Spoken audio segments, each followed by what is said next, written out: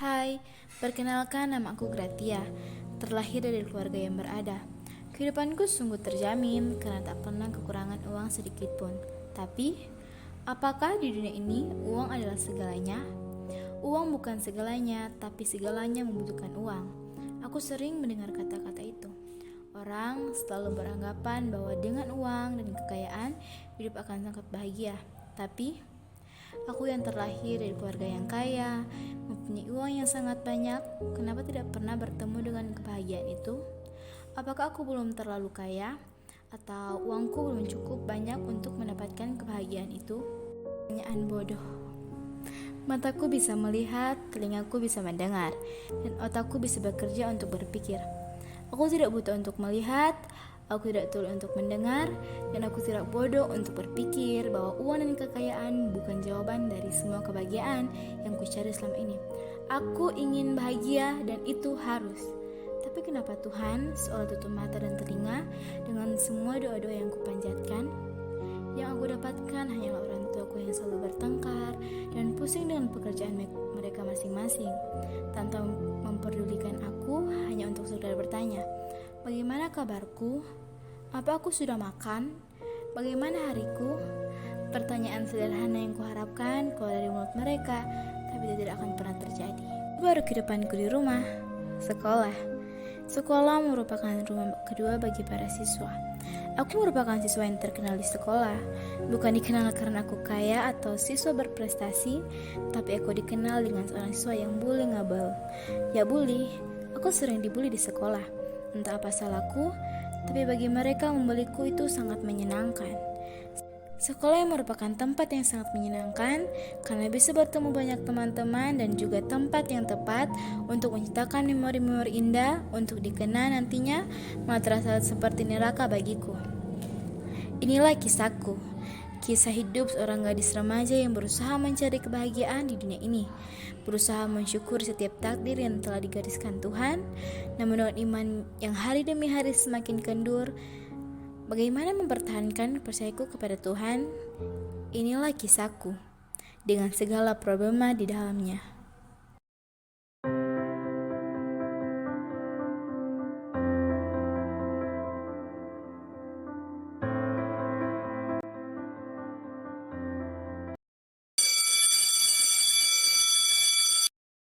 Tugasnya udah belum?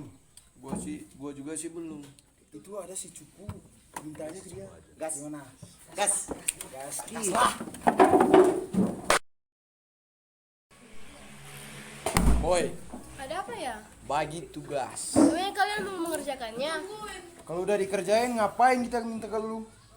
Tugasnya itu minggu lalu. Emangnya 1 minggu gak cukup buat kalian mengerjakannya? Ah, bacot banget sih, lu tinggal juga ngasih tugasnya. Berani juga lo ngelawan. Geledah. Enggak mau. Ya. Udah. Lo diam. Diem. Ini bos. Nah, Bentar gua cek. Ah, benar betul. tugasnya. yuk, gas. Cabut. Ini. Lepasin. Kalian jangan seperti ini. Diam bisa nggak sih? Kalian jahat. Kenapa kalian memperlakukan aku kayak gini? Gak ada alasan, ngebully lo itu adalah kebahagiaan bagi kami. Bener banget, lo itu kayak tikus basah yang dirundung kayak gini. Kita kan kesenangan. Hahaha. Hidup itu jangan monoton, harus ada bumbu-bumbu drama di dalamnya agar lebih menarik. Lagian kapan lagi ngebully lo? Anak yang kaya, cantik, dibilang sempurna tapi saya terlihat seperti pecundang di sekolah.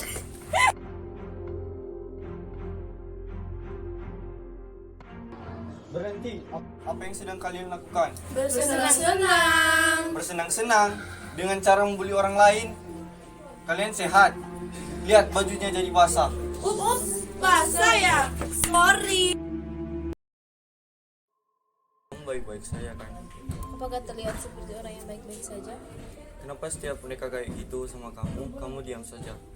Harusnya kamu lawan mereka. Ataupun melawan, mereka nggak ada bedanya. Diam kamu pasti akan dibully, melawan akan lebih dibully. Jadi pilih yang mana? sering dengar doa kita nggak sih? Tuhan selalu mendengar doa hamba-hambanya. Doa hamba-hambanya terkecuali aku.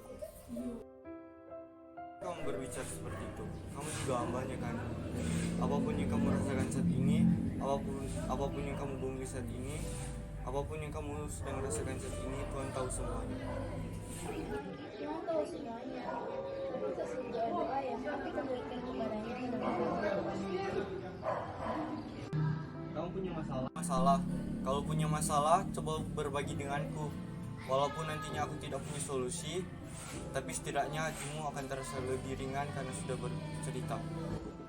Memangnya aku pernah keluar dari masalah? Hidupku selalu dipenuhi masalah dan pergumulan yang tidak ada hentinya. Lagi pula, aku tidak akan membiarkan kamu masuk ke dalam masalah hidupku yang aku sendiri aja nggak tahu di mana pintu keluarnya.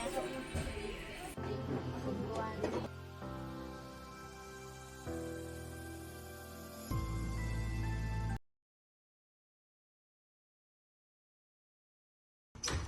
Selamat siang.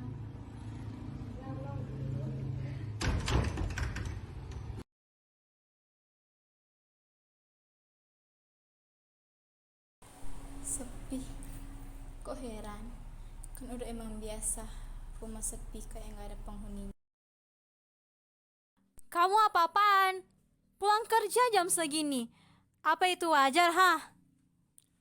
Aku kerja buat kamu, buat anak kita juga. Aku pusing tahu nggak? Pulang kerja bukannya disambut dengan baik, malah diomelin kayak begini.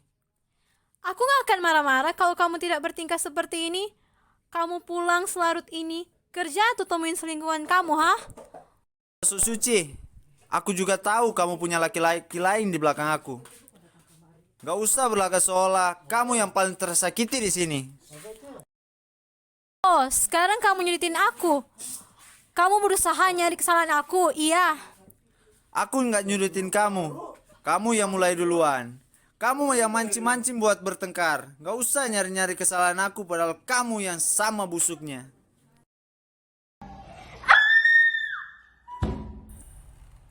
Kenapa selalu begini? Kenapa aku selalu diperhadapkan dengan situasi seperti ini? Aku gak sanggup. Tuhan, aku hanya ingin keluargaku seperti keluarga pada umumnya, yang harmonis. Apa ini terlalu sulit? Apa ini terlalu berlebihan? Jika engkau enggan untuk mengabulkannya. Aku udah hancur sejak kecil. Apa mau dihancurkan lagi? Apa semua masalah yang aku hadapi ini nggak cukup, Tuhan? Aku lelah dengan semua ini.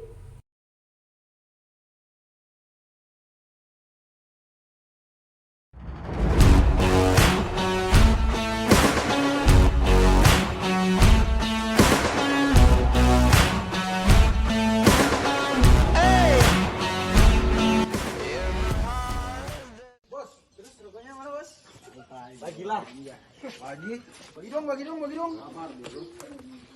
Kalian kenapa sih kalian kalau jalan tuh lihat-lihat? Lu yang buta bodoh. Kalian salah kok nyalahin aku? Los udah nyala banyak nyolot lu. Diam. Kalau udah salah jangan banyak bacot. Sorry nih bocil. Makanya jangan jadi bodoh.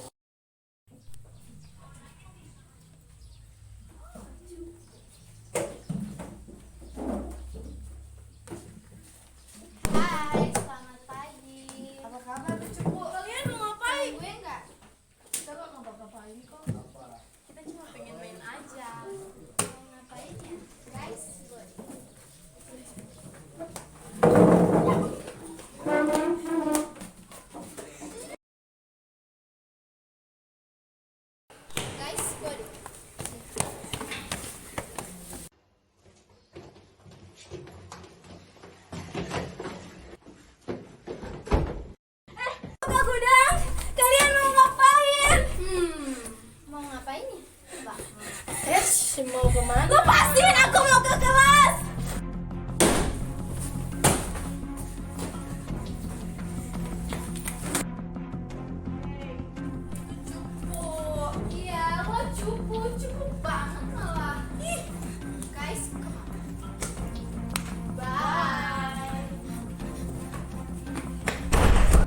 Pintunya kenapa dikunci? Bentar lagi KPM akan dimulai. Bukain pintunya. Hahaha, kasihan. Yang anteng ya di dalam. Yuk guys. Pintunya nggak bisa dibuka dari dalam tahu. Diam ya? Kok nggak ada tapi tasnya di kelas? Nggak tahu bu. Tadi dia udah datang bu. Katanya nggak mau ikut kelas ibu. Iya bu, tadi kita sempat ketemu. Berarti dia bolos dong, Bu. Wah, nggak bisa dibiarin nih.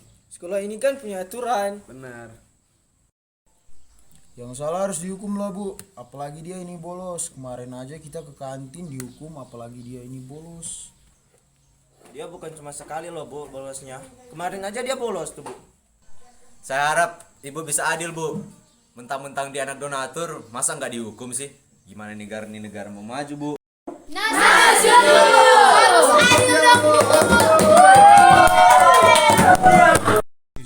sudah anak-anak, kalau kalian ketemu Gratia besok, jangan lupa suruh ke ruangan saya. Kalau begitu, sekarang kita akan lanjutkan materi kita pada minggu lalu. Hai, Gratia di mana ya? Kok dari tadi nggak kelihatan? Dari Gratia ya, tadi katanya dia bolos. Bolos. Sih begitu. Kamu tahu di mana bolosnya? Kalau itu aku nggak tahu. Oh, kalau gitu aku pergi dulu ya. Makasih. Dia sama-sama.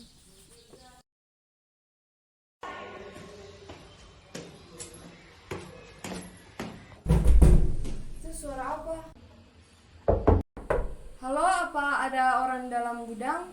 Atau kamu hantu? Tapi nggak mungkin. Halo, di sini ada orang. Aku Gratia.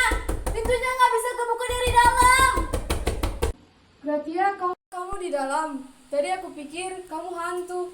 Tapi kenapa kamu bisa di dalam? Aku dikerjain. Sekarang buka dulu pintunya.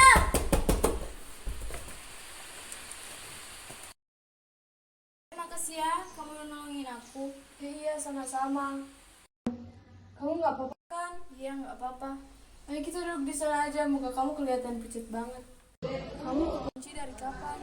Dari pagi tadi. Berarti kamu mau makan? Ini ada roti sama ini. Terima kasih. Ngomong-ngomong, kamu kok bisa kekunci di gudang? Gimana ceritanya? Tadi di kelas katanya kamu bolos karena nggak mau ikut pembelajaran. Tadi yang cewek aku ke gudang, terus kunciin aku di gudang. Kok mereka jahat banget sih? Apa-apa udah biasa kok, hidup aku kan emang seperti ini, jadi dikata bahagia. Kebahagiaan itu udah ditakdirkan sama Tuhan. Kata Indah pada waktunya itu nyata adanya.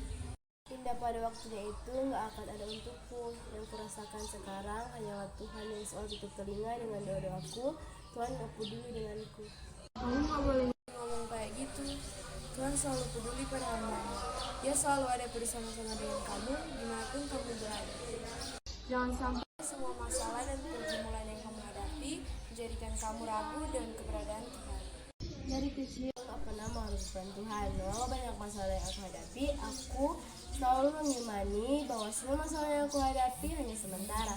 Suatu-waktu Tuhan pasti akan menjawab doa-doaku. Lalu di mana iman itu sekarang? Dari perkataanmu dari tadi tergambar jelas bahwa sekarang kamu sedang melakukan Tuhan. Kamu benar. Pada saat ini aku berada di titik di mana aku sedang melakukan Tuhan. Dan mengenai imanku, entah di mana dia berada sekarang, mungkin sudah pergi bersama-sama dengan harapan yang kugantung setinggalannya. Jangan pernah meninggalkan Tuhan hanya karena kamu belum menemukan jawaban dari semua masalah yang kamu hadapi. Aku gak pernah meninggalkan Tuhan, tapi Tuhan yang seolah meninggalkan aku sendiri bersama dengan semua masalah hidup ini. Pada saat ini, kamu sedang mencoba untuk meninggalkan Dia. Tuhan gak pernah meninggalkan kamu, apalagi membiarkan kamu sendiri dan semua pergumulan hidup yang sedang kamu hadapi. Dia senantiasa berjalan di sampingmu dan menyertai kamu. Kamu yang seperti itu karena kamu gak pernah ngerasain gimana rasanya hidup berkecukupan, tapi dengan keluarga yang sangat tidak harmonis. Setiap hari sibuk dengan pekerjaan mereka masing-masing, pulang ke rumah yang bertengkar. Kamu gak pernah ngerasain, makanya kamu bisa berjalan seperti itu. Dan apa kamu pernah ngerasain hidup tidak berkecukupan dan setiap malam harus menyaksikan kedua orang tua kamu bertengkar? Maksudnya? Jika aku ingin membandingkan hidup kita, kamu dan aku masih mending dengan kamu. Yang seperti itu kamu bilang masih mending. Terkadang jika kita dihadapi dengan sebuah masalah, kita akan merasa bahwa hidup kita paling buruk di dunia ini. Kita merasa bahwa Tuhan tidak adil untuk kita, tapi jika kamu berhenti sejenak dan memperhatikan sekelilingmu, maka kamu akan lihat masih banyak orang yang hidupnya lebih buruk daripada hidupmu. Sudah itu kenyataannya hidupku paling menyedihkan. Kamu tahu kenapa aku mengatakan bahwa masih mending kamu daripada aku? Di saat kamu menghadapi masalah hidupmu, satu hal, kamu gak pernah kelaparan karena hidupmu berkecukupan. Kekayaan bukan menjadi tolak ukur dari segalanya.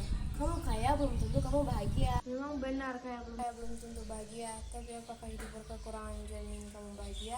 Enggak juga. Aku mempunyai seorang ibu yang kerja serabutan dan ayah yang pengangguran. Hobinya mabuk-mabuk dan judi. Setiap malam, aku harus menyaksikan mereka adu mulut.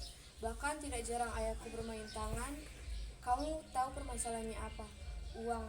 Dalam keluargaku, uang adalah permasalahannya. Makanya aku bilang masih mending kamu daripada aku. Bagaimana bisa? Apa yang gak bisa di dunia ini? Kamu harus tahu bahwa di kalangan orang miskin, masalah yang paling dominan adalah masalah ekonomi, yang dampaknya sangat besar. Kamu pasti gak pernah bertemu dengan permasalahan yang satu ini. Bagaimana kamu bisa menghadapi masalah yang kamu alami? Pastinya aku selalu berdoa. Entah doaku Tuhan jawabnya cepat atau lambat, tapi aku yakin pasti akan tepat pada waktunya. Tetap percaya dan mengamininya. Jangan sehatkan dirimu sendiri, kuatkan imanmu dan kembali percaya kepadanya. Kamu harus yakin bahwa Tuhan akan menjawab doa-doamu, bahkan lebih dari yang kau pinta. Buah dari kesabaran itu manis. Kalau begitu, aku duluan ya.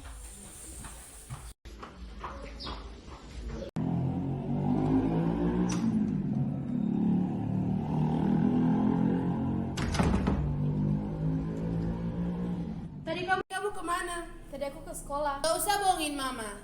Tadi kamu kemana? Aku gak bohong. Tadi aku ke sekolah, habis itu pulang ke rumah. Itu aja aku gak kemana-mana setelahnya. Kamu udah pandai bohong ya? Siapa ngajarin kamu jadi anak pembohong kayak gini? Hah? Orang tua kamu gak pernah ajarin kamu jadi anak pembohong seperti ini. Ajarin. Emang mama sama papa pernah ajarin apa ke aku? Jangan kan ngajarin sesuatu. Punya waktu buat aku aja gak pernah. Jadi apa yang kalian ajarin ke aku, ha? Kamu udah mulai kurang ajar ya? Selain suka bohong, kamu sekarang udah begini kelakuannya. Kayak anak gak pernah dididik kamu. Makanya aku tanya sama mama, kapan kalian ajarin aku, mendidik aku, ajarin apa yang baik dan enggak? Pernah. Tapi sekarang, kenapa merasa paling tersakiti ngeliat kelakuan aku? Emang kalian peduli sama aku? Kurang ajar kamu ya? Nggak tahu diuntung, nggak tahu berterima kasih sama orang yang udah besarin kamu. Kerjanya cuma bikin malu terus. Kemarin kamu bilang nggak kemana-mana, anak pembohong. Kemarin guru kamu nelpon mama katanya kamu bolos. Bukan cuma sekali dua kali, tapi ini udah berkali-kali. Bolos? Siapa yang bolos? Aku? Cuma dengar dari katanya kan, nggak tahu faktanya. Walaupun kalian nggak pernah ngajarin aku tahu kalau mana yang baik dan mana yang enggak. Jadi aku jujur kalau aku nggak bohong. Jujur? Kamu bilang jujur? Dari tadi kamu bohong. Kamu bolos dan tadi kamu bilang kamu nggak bolos. Apa itu nggak bohong namanya? Guru kamu sendiri yang nelpon mama dan bilang kalau kamu bolos. Kamu nggak usah cari pembelaan di saat kamu salah. Mau sebanyak apapun ceritanya, mau sejujur apapun aku ceritanya, tetap nggak akan ada akhirnya. Ujung-ujungnya tetap aku yang salah. Jadi terserah mama mau lebih percaya mereka atau aku. Sebenarnya pengen cerita kebenarannya, tapi aku rasa percuma. Mama akan tetap pada penilaian mama sendiri bahwa aku salah, dan aku yang nggak akan ngakuin kesalahan yang bukan salah aku. Permisi.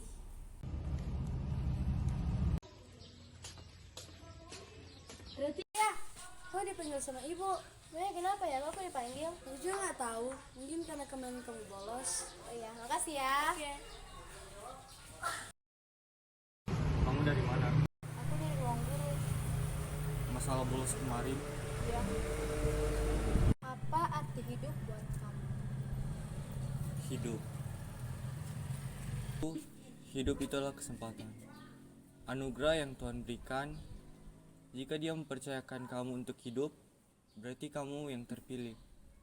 Kehidupan itu bagaimana kamu bisa bersyukur dengan apa yang kamu miliki dan mampu untuk melayani Tuhan dalam hidupmu. Kalau kebahagiaan, bagaimana cara mendapatkannya? Mengenai kebahagiaan, pemazmur memberikan dasar yang utama bahwa untuk bahagia kita harus hidup takut akan Tuhan dan melakukan apa yang diperintahkannya. Aku sering melakukan itu, tapi kenapa sampai sekarang aku nggak pernah bahagia? Apa yang aku lakukan selama ini belum cukup. Maka kamu harus bersabar. Imanmu sedang diuji sekarang. Yang perlu kamu lakukan adalah jangan putus harapan dan menyerah dengan keadaan. Kamu harus kuat. Makanya Tuhan mempercayakan kamu untuk menjalani ujian ini. Aku nggak sekuat yang orang lain lihat, dan aku sudah berada di titik di mana aku menyerah dengan kehidupan. Jangan kehilangan imanmu. Kamu hanya perlu bersabar. Ingat, Tuhan tidak pernah memberikan cobaan di luar kemampuan hamba. Kamu bicara kayak gini karena kamu nggak tahu rasanya berada di posisiku saat ini. Tuhan nggak pernah memberi keadilan kepadaku. Keluargamu baik-baik saja, tidak seperti keluargaku. Iya, tapi Stop, kamu nggak usah ngomong. Kamu nggak pernah tahu rasanya sebelum kamu ngerasain sendiri.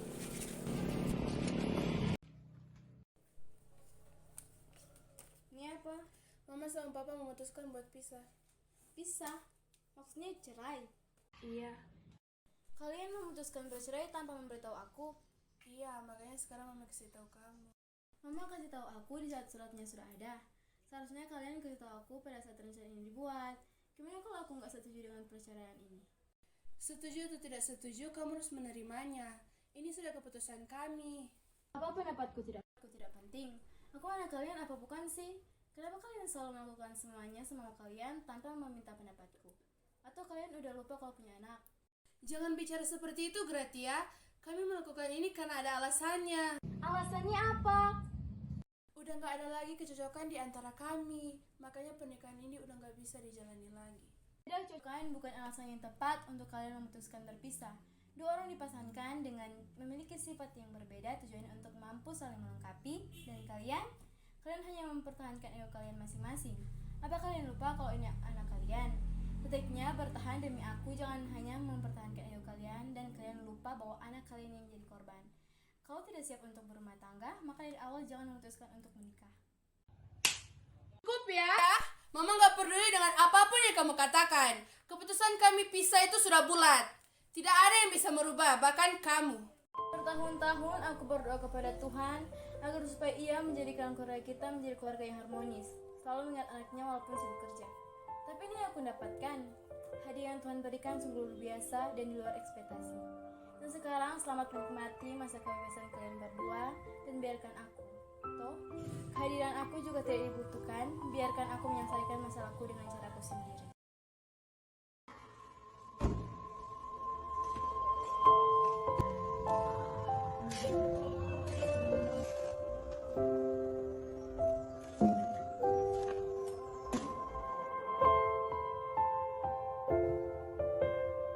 Semuanya percuma. Doa-doa yang selalu kudoakan, pagi, siang, sore, malam, semuanya percuma. Tuhan, mengapa Engkau begitu tega kepadaku? Seperti kataku waktu itu, bahwa aku akan menyerah.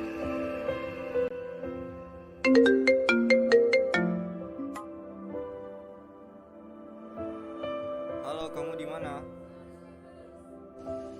Aku mau ke rumah kamu. Oke, aku tunggu ya.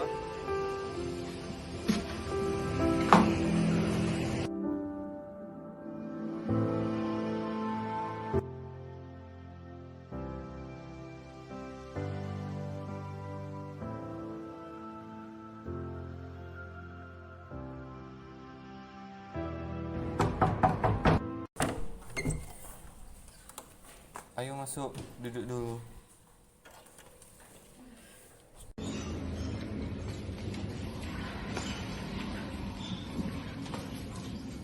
Halo Gratia, apa kabar? Sangat buruk. Pasti sangat sulit ya di umur segini sudah dipertemukan dengan masalah yang begitu banyak. Tapi ingat, apapun masalahnya, jangan berusaha untuk mendahului takdir yang ada. Penatua tahu. Velo yang bilang. Aku nggak tahu harus gimana lagi. Semua permasalahan yang aku alami seperti tidak ada titik akhirnya. Aku hanya ingin mencoba untuk menyelesaikan masalahku dengan caraku sendiri, di saat Tuhan pun tidak peduli padaku. Tapi Gratia harus tahu bahwa mencoba mengakhiri hidup itu tidak baik. Percaya bahwa Tuhan itu sangat mengasihimu. Kalau Tuhan mengasihi aku, tidak mungkin Dia membiarkan aku sendiri menghadapi masalah hidup ini. Tuhan tidak pernah meninggalkan kamu di saat kita dilukai oleh orang lain dengan rasa sakit hati yang kita alami. Di saat itu kita harus sadar bahwa Tuhan Yesus mau kita belajar apa arti dari mengampuni. Dalam kitab Kolose tertulis, hendaklah kamu berakar dalam Dia dan dibangun di atas Dia. Hendaklah kamu bertambah teguh dalam iman yang telah diakarkan kepada kamu, dan hendaklah hatimu melimpah dengan syukur. Gratia harus tahu bahwa bersyukur adalah obat untuk mengatasi ketidakpuasan dalam hidup. Jangan pernah menyerah hanya karena permasalahan di dunia yang sedang kamu hadapi. Perkuat imanmu dan tetap percaya kepada Tuhan. Aku hanya ingin merasakan kebahagiaan, tapi aku tidak pernah bertemu dengan kebahagiaan itu. Resep untuk hidup bahagia adalah dengan menambahkan Yesus di dalamnya.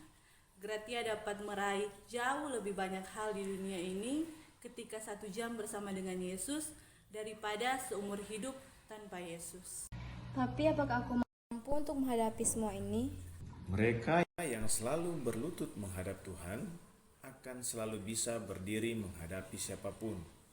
Kuncinya hanya satu, percaya. Dalam kitab Korintus mengatakan, pada waktu dicobai, Ia akan memberikan kepadamu jalan keluar, sehingga kamu dapat menanggung. Hari kemarin sudah hilang, hari esok belum datang. Kita hanya memiliki hari ini. Mari kita mulai. Semangat! Inilah kisahku, kisah yang memberi pengalaman hidup yang mengajarkan bahwa ketika kita berusaha untuk melihat setiap permasalahan hidup dari sudut pandang kita, maka pasti akan terasa berat. Untuk itu, Tuhan ingin kita melihat dari sudut pandangnya Tuhan, sehingga kita bisa melihat masih ada kesempatan di balik kesulitan yang sedang kita hadapi. Lihatlah masalahmu dari cara pandang Tuhan, bukan cara pandang manusia. Ketika melihat dari kacamata Tuhan, maka segala masalah akan terlihat kecil, sebab Tuhan kita adalah Tuhan yang besar. Jangan pernah menyerah dalam menghadapi segala permasalahan hidup, sebab Tuhan kita adalah Immanuel, Tuhan yang beserta kita dalam setiap musim kehidupan. Sanggup pulihkan hidupku, ku